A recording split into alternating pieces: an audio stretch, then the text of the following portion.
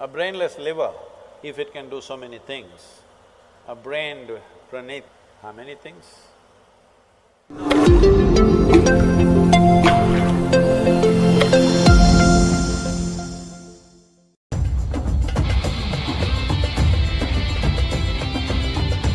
Sadhguru, you mentioned that you can do 14 different activities at a given moment. So, we all are very curious to know how can we achieve such prowess over both body and mind? Oh, whoever said this, I didn't say anything like that. Anyway, do you have a liver Yes, I do. functioning? Yes. Do you know how many levels of activity it's doing right now? What the liver is doing is far more complex than what your brains are doing right now, do you know this? A brainless liver, if it can do so many things, a brained Pranit, how many things? No, I was only talking about not activity per se. Yes, activity is also possible. So you must understand this. On a round planet which is spinning right now, hello? Are you on a round planet? Spinning? Most people don't understand this unless, they get sozzled out with something or they get some ailment. Suddenly you see, planet is round. Do you know how complex an activity it is for a human being to walk at a certain latitude on a round planet which is spinning and which has magnetic forces working upon you all the time? It's an extremely complex process. You ask a child who is, let's say, 1 year of age, he knows how complex it is. Have you seen? But the moment you learn to walk, you assume that it's nothing, walking is nothing and you're sick of walking, you want to drive a car, you want to ride a motorcycle. But walking is such a complex process, not 14. 1,000 different functions, your knees and your brains and the fluids in your body, all of them are doing all the time. If only you could conduct these things consciously, you would be doing 1,000 things. Anyway, you're doing it. But if you could conduct this consciously, you would do 1,000 things at a time. So I was only talking about different channels of mind, which you don't have to actually conduct, you just have to initiate and leave. It will go on. For you to think about your neighborhood girl, do you have to initiate action every time? No. Once you look at her, it just goes on by itself. Why? Because you're drawn to it.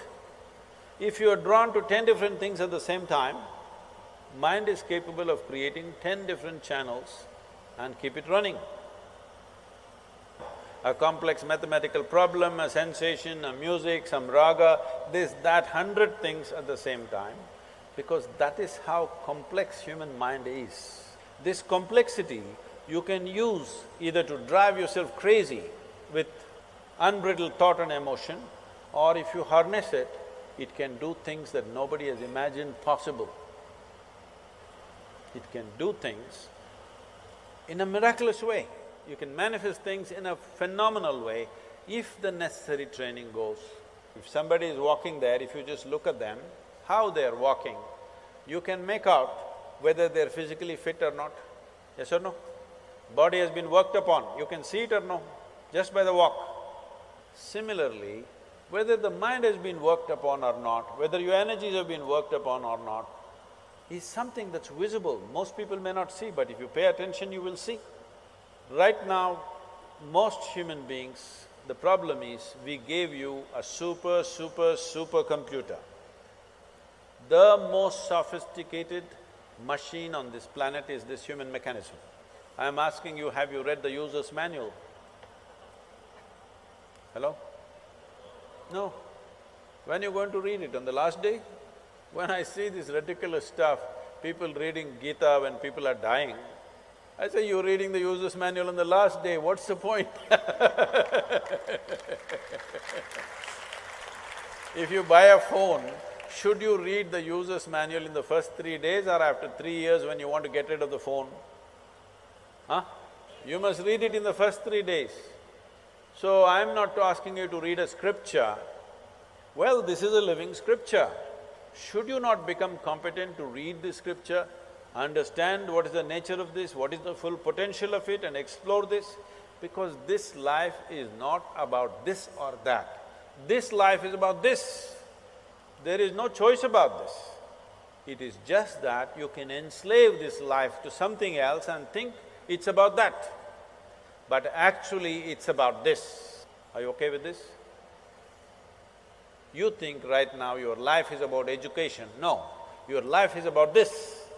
You want this one educated, you want this one to do well, you want this one to experience love, you want this one to experience pleasure, you want this one to do all this. All the other things are only attendant things. This is the real thing, isn't it? So if this is the real thing, does this deserve some amount of attention? Some amount of attention means not standing in front of the mirror and attending to your skin endlessly. Should you not pay attention to every dimension of what this human being is made of? What makes this life tick? And how? If you understand what makes it tick, you can make it roar. If you make it roar, why 14 things? You can do many more.